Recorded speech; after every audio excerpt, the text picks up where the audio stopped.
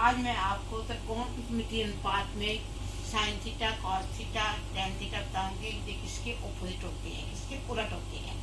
कल मैंने आपको जो बताया था कि साइन थीटा जो होता है वो जो होता है लंब बटा कर्ण होता है, कॉस थीटा जो होता है आधार बटा कर्ण होता है, टेन थीटा जो होता है लंब बटा आधार होता है। आज मैं इसको आपको सबसे पहले बताती हूँ कि साइन थीटा जो होता है इसका उलट क्या होता है। साइन थीटा जो होता है इसका बराबर होता है 1 बटा कोसेकेंट थीटा, जिसको कोसेक थीटा कहते हैं।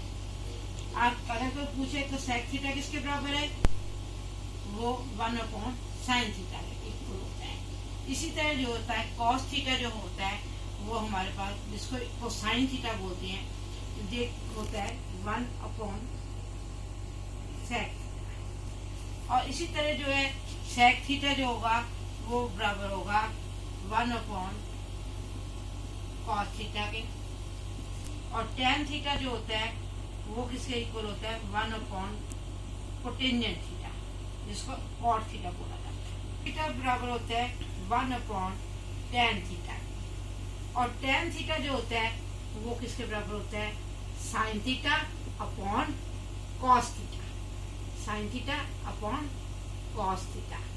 और कोटेंजेंट थीटा मतलब कॉट थीटा जो होता है वो होता है cos theta upon sine theta.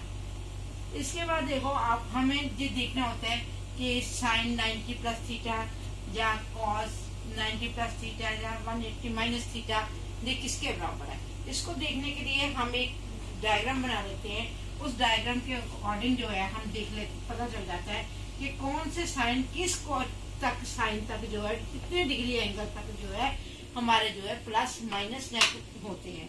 जैसे मैंने ये लिखी था ये एक्स एक्सिस, ये वाई एक्सिस, इसको बोलते हैं X axis X O X, ये हो गया Y axis Y Y dash. अब इसमें हमने देखना है कि कौन से जो है कौन सा त्रिकोणमिति का अनुपात के चिन्ह जो है किसमें जो है प्लस होंगे किसमें माइनस होंगे। जैसे पहला जो कोऑर्डिनेट होता है जिसको चतुर्थांश कहते हैं, इसमें जो होता है इसमें सभी जो होते हैं सभी जो भी हमारे होते हैं ये सभी जो sine theta cos theta tan theta जो होते हैं ये सभी जो होते हैं इसमें प्लस होते हैं। पहले वाले में 0 से लेके 90 तक, ये 0 से लेकर 90 तक है, आगे क्या 90 से लेकर 80 तक। 90 से 80 तक जो सेकंड कोऑर्डिनेट होता है इसमें जो होता है सिर्फ साइन थीटा जो होता है और कोसेकेंट थीटा जो होता है, साइन और कोसेकेंट थीटा ये दोनों क्या होते हैं प्लस होते हैं। और थर्ड कोऑर्डिनेट में जो होगा वो टेन थीटा जो होगा वो प्लस होगा, टेन थीटा जो होगा वो टेन और कॉट थीटा जो होंगे वो प्लस होंगे। और जो फोर्थ क्वाड्रेंट है, जो फोर्थ क्वाड्रेंट में जो है हमारे पास जो सिर्फ कॉस थीटा जो होता है वो प्लस होता है। अब देखो इसमें पहले वाले में 0 से 90 तक सब प्लस होते हैं, फिर दूसरे वाले 90 से लेकर 180 तक सिर्फ साइन और कोसेकेंट थीटा प्लस होती है, फिर 180 से लेकर 270 तक सिर्फ टेन थीटा और कॉट थीटा प्लस होता है। इसी तरह 270 से लेकर 360 डिग्री तक सिर्फ कॉस और जो सेक थीटा होता है वो जो हमारा प्लस होता है। इसी के आधार पर जो है हम किसी की वैल्यू जो है निकाल लेते हैं। अब देखो इसके बाद मैं आपको बताती हूँ, हम लोग सब जानते हैं कि हम एक समकोण त्रिभुज होता है। कौन सा त्रिभुज होता है समकोण त्रिभुज होता है। समकोण त्रिभुज कौन सा होता है जिसमें एक कोण जो होता है 90 डिग्री का होता है, ये समकोण त्रिभुज है। क्योंकि इसमें जो कोण जो है हमारा 90 डिग्री का ए बी सी।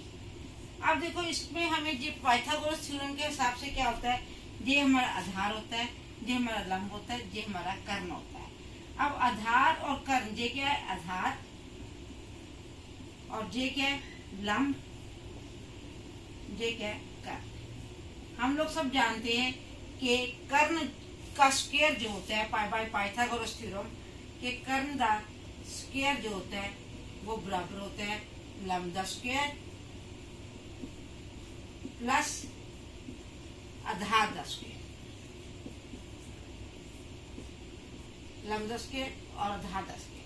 अगर हमारे पास कोई भी चीज दी हो उससे हम जो है आधार निकाल सकते हैं, लंब निकाल सकते हैं, कर्व निकाल सकते हैं। कोई भी हमारे पास दो चीजें दी हो तो हम इसी बाय पाइथागोरस थ्योरम इसके आधार पर जो है हम जो है कोई भी वैल्यू निकाल के साइन थीटा कॉस थीटा उसकी वैल्यू आगे हम सॉल्व कर सकते हैं।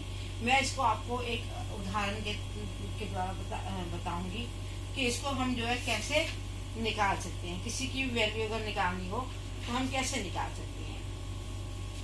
अगर हमारे पास एक ट्रायंगल ABC है जिसमें कोण B जो है 90 डिग्री का है और C बराबर स्मॉल c, क्या स्मॉल c जो है वो किसके बराबर है 12 सेंटीमीटर के।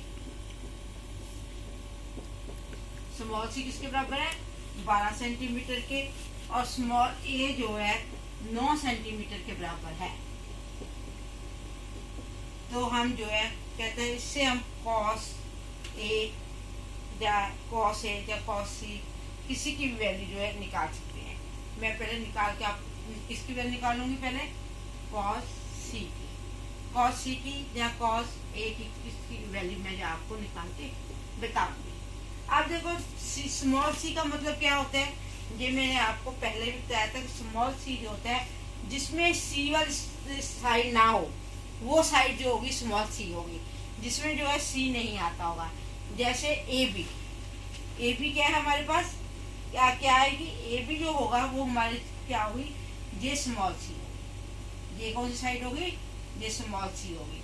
और A कौन सी होगी जिसमें A नहीं आएगा, ये BC वाली साइड जो होगी ये हमारी क्या आएगी A की आएगी। इसका मतलब ये वाली साइड जो हमें AB दे रखी है वो हमें 12 सेंटीमीटर दे रखी है और जो BC वाली साइड है वो हमें कितनी दे रखी है 9 सेंटीमीटर दे रखी है। इसी से हम जो है अपना सवाल जो है cos C या cos A जो भी वैल्यू जो है हम अपने जो है निकाल सकते हैं।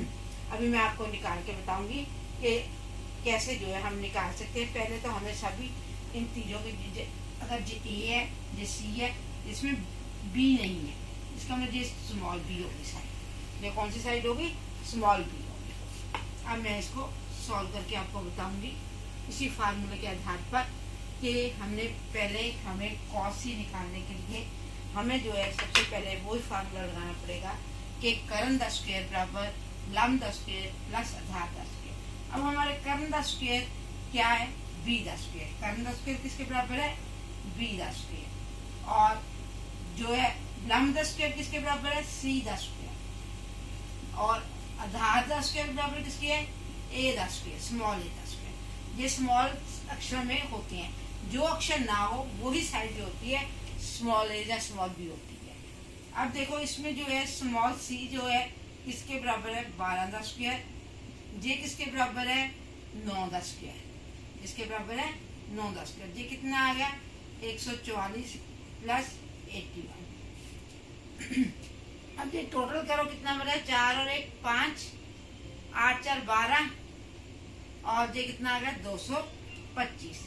इसका मतलब हमारी b कितनी आएगी, b किसके बराबर आएगा अंडर रूट 225 बराबर हो गया 15 सेंटीमीटर। इसका मतलब हमारे पास कर्ण कितना आया 15 सेंटीमीटर आया, कर्ण कितना आया 15 सेंटीमीटर आया। इसी के आधार पर हम जो है cos A cos B जो है निकाल सकते हैं। अभी मैं आपको cos A की वैल्यू निकालूंगी, किसकी वैल्यू लिखूंगी बोलूं। cos A बनाने के लिए हमें जो है एक कोण जो है आधार का बनाना पड़ेगा, एक कोण जो है हमें आधार बनाना पड़ेगा। इसलिए AB जो हमारा हो जाएगा आधार हो जाएगा और BC जो हमारा हो जाएगा लंब हो जाएगा। cos A बराबर होता है आधार बटा कर्ण के, आधार बटा कर्ण। अब हमारा आधार कितना है इसमें 12 और कर्ण कितना हमारा इसमें कितना आएगा, कर्ण हमारा जो आएगा 15 आएगा। अब कितना आया काट के हम लिखेंगे 3 चौके 12 3 5 15। इसका मतलब cos A हमारा कितना आया 4/5 के बराबर आ गया। इसी तरह जो है हम कोई भी संख्या जो है निकालनी हो cos A cot A कुछ भी इसी के आधार पर निकाल सकती हैं। जैसे मैं इसमें लिख लेती हूँ कॉट ए। कॉट ए किसके बराबर होता है? आधार बटा लंब। कॉट ए किसके बराबर होगा? आधार बटा लंब। आधार बटा लंब क्या है? आधार कितना हमारा 12 और लंब कितना हमारा 9। ये कितना आएगा? 3 चौकी 12, 3 तिये 9। ये कॉट ए हमारा आ गया 4/3। अगर हम एंगल सी लेते हैं, अगर हम निकालना चाहते हैं, जैसे कॉस ए निकालना, इसी तरह अगर मैं कॉस सी निकालना चाहूँ तो इसका मतलब ये एंगल इधर है, इसका मतलब जो बीसी जो क्या हो जाएगा हमारा आधार हो जाएगा, ये एंगल बन जाएगा, और बीसी ए जो होगा आधार, ये आधार बन जाएगा, और ये क्या हमारा लंब हो जाएगा। इससे इसका उलट हो जाएगा, क्योंकि हमें पता है कॉस सी जो होगा वो तो वैल्यू यही रहनी है आधार, पर हमने जो कोण वाला होता है उसको हम आधार मानते हैं, उसको हम क्या मानते हैं? आधार। अब इसमें आधार कौन सा होगा? कॉस सी में ये आधार होगा बीसी। बीसी कितना है हमारे पास? 9। और आधार कर्ण कितना है? कर्ण तो 15 ही रहेगा। जैसे 3 तिये 9, 3 5 15, ये किसकी वैल्यू आई? 3/5 आ गई। ये 4/5 है, ये 3/5। जैसे जो कोण होता है, कोण जिसमें बनता है वो आधार बनता है, और उसके साथ की साइड जो होती है वो हमारी लंब बन जाती है। मेरा ख्याल कि आपको अब वैल्यूज जो निकालनी आ रही है।